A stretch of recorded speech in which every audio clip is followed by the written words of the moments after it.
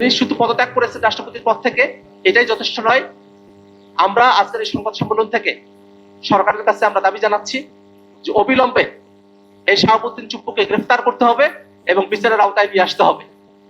এবং আমরা দেখেছি যে তিনি তার যে পদত্যাগ পত্র, সেখানে যে ঐতিহাসিক ন্যারেটিভ তিনি টেনেছেন সেগুলো আসলে অপ্রাসঙ্গিক, কিন্তু তারপরেও তিনি অসুস্থতার অজুহাতের কথা বললেও তার পদত্যাগ পত্রের মধ্যে এমন ভাবে তিনি ন্যারেটিভ সাজিয়েছেন যেটা আসলে তার জন্য একটা সেফ এক্সিটের জায়গা তৈরি করতে পারে।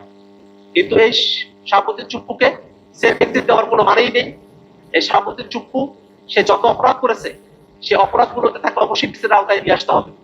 এই শাহাবুদ্দিন চুপ্পুর মতো একজন ফেসিবাদের দোষর, একজন ফেসিস্ট, সে যদি বিচারের আওতায় না আসে তাহলে 24 অভ্যুত্থানে যারা জীবন দিয়েছেন তাদের বিচার অপূর্ণাঙ্গ থেকে যাবে।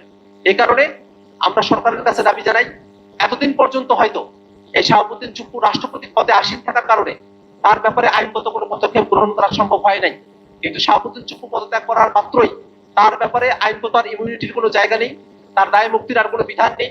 এই অবস্থায় অনতি বিলম্বে শাহাবুদ্দিন চুপ্পুকে গ্রেফতার করে তাকে বিচারের আওতায় নিয়ে আসার জন্য সরকারকে অবশ্যই উদ্যোগ গ্রহণ করতে হবে। সম্মানিত সাংবাদিক বন্ধুগণ, ইতিমধ্যেই আমাদের বক্তারা বিভিন্ন জায়গায়